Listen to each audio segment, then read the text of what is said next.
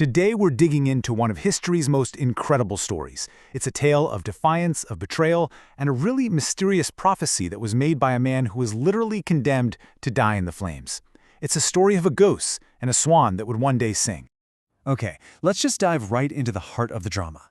The year is 1415, and a man is about to be executed in, well, the most brutal way you can imagine. But his final words, they aren't a plea for mercy. No, they're a prediction. I mean, just picture the scene for a second. He's tied to a stake, firewood is piled up to his neck, and he looks out at his executioners and says these incredibly cryptic words.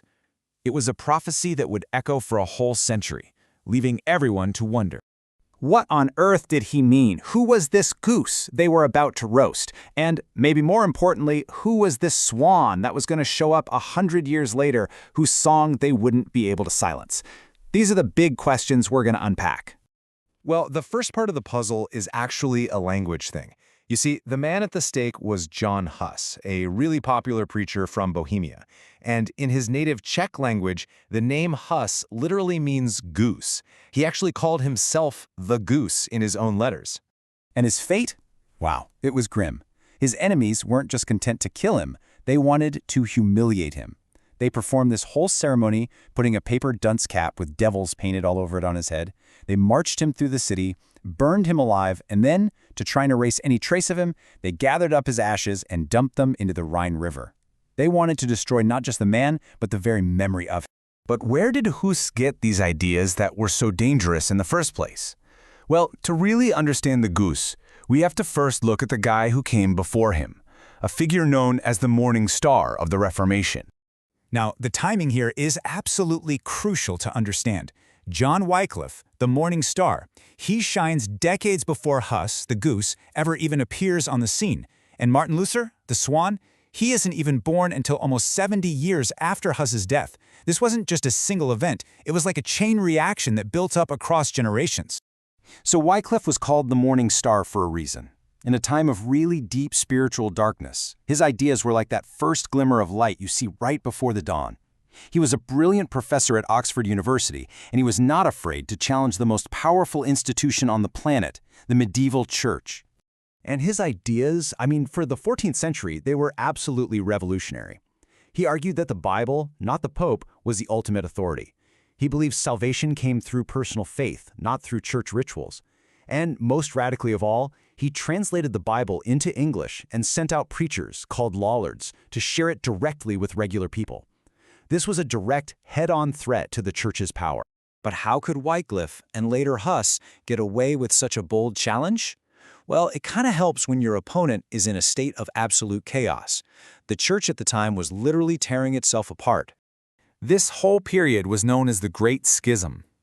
For decades, the papacy had basically been hijacked by the French monarchy and moved to Avignon, France. So when the Pope finally tried to return to Rome, it just triggered this massive power struggle. It got so bad, it got so ridiculous, that at one point there were not one, not two, but three different men all claiming to be the one true pope. And each one was excommunicating the others and all their followers. The mess was absolute. You had a pope in Avignon, backed by France. You had a pope in Rome, the traditional seat. And then, get this, when a church council tried to fix the problem by electing a new pope in Pisa, the other two just refused to step down. This chaos created the perfect opening for reformers to start questioning the church's entire authority. So it was into this fractured, chaotic world that John Huss stepped onto the public stage, inspired by Wycliffe's writings, which had somehow made their way all the way from England to Prague. Huss was beloved in his city because he preached in the common language of the people, Czech, not Latin. He read Wycliffe's works and started teaching these really radical ideas, that Christ, not the Pope, is the head of the church, and that the Bible is the true guide for faith. So how did he end up at the stake? It all started when one of those three popes, John the 23rd, began selling indulgences. These were basically certificates you could buy that promised to reduce your time in purgatory, kind of like a get-out-of-the-afterlife early card, sold to fund a war. Huss preached fiercely against this, which of course led to his excommunication.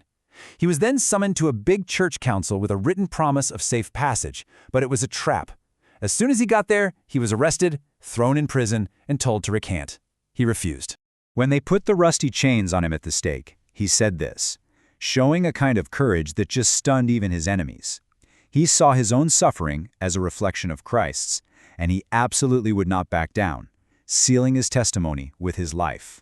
For 100 years, it really seemed like Huss's enemies had won. His voice was silenced, his ashes scattered in the river, but they had forgotten about his prophecy. A century later, over in Germany, a swan began to clear its throat.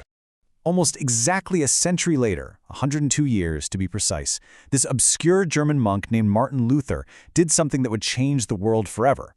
He nailed his 95 Theses to a church door, protesting the very same sale of indulgences that had so enraged John Huss. The parallels were so striking that people made the connection immediately. Luther was fighting the exact same battle Huss had fought. And you know what the first thing Luther's enemies called him was? Not a follower of Wycliffe. They called him a Hussite, a follower of the Goose. The echo was undeniable. Think about that timing. Huss is executed in 1415. A century passes. Then, in 1517, Luther's protest ignites the Protestant Reformation. The 100 years from now part of the prophecy. It had been fulfilled. But this is the most incredible part of all. Martin Luther himself knew about the prophecy. Years later, he wrote these words, explicitly identifying himself as the swan that Huss had predicted. He saw himself as the fulfillment of that promise, made from the flames a century before. The goose was roasted, but the swan's song could not be silenced. It's just such a powerful story of courage and legacy, and it leaves us with a final thought. The world remembers the swan, Martin Luther, but his song was only possible because 100 years earlier, a goose dared to speak truth in the fire. It really makes you wonder, doesn't it? How many of today's great movements are standing on the shoulders of forgotten pioneers whose names we might never even know?